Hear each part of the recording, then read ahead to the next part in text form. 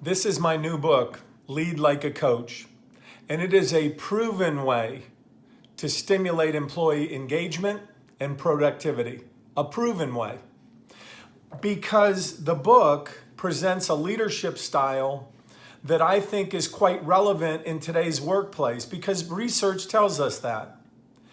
A lead like a coach leader is a transformational leader. They are not a transactional boss. And what research tells us is that today's workplace in 2025 will be made up of 75% of the millennial generation.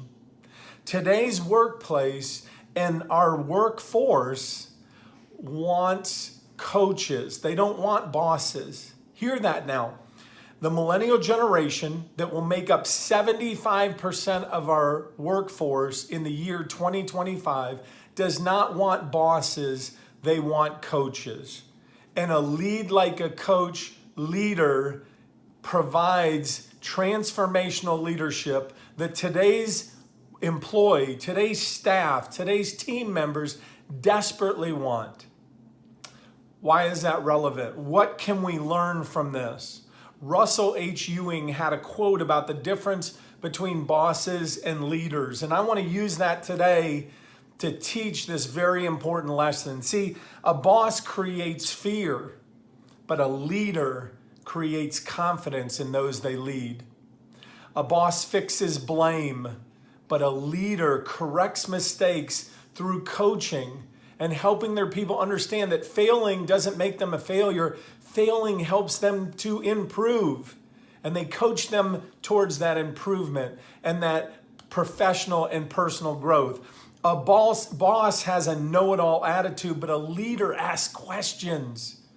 They probe to understand and have a greater understanding of what their people are going through. A boss makes work drudgery. That's why disengagement, according to Gallup research, is at 85% in our workplace today.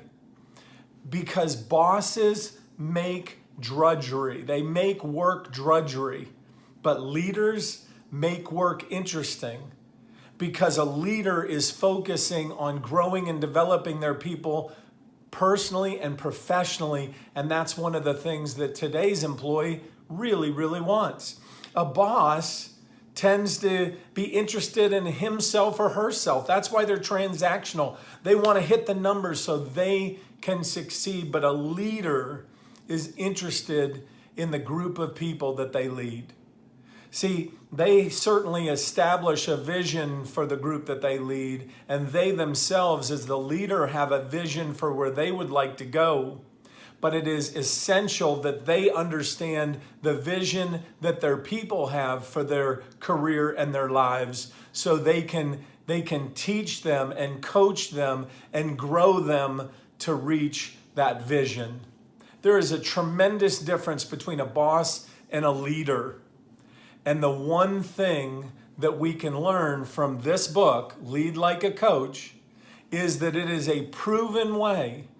Leaders that lead like a coach stimulate employee engagement, and they have greater productivity.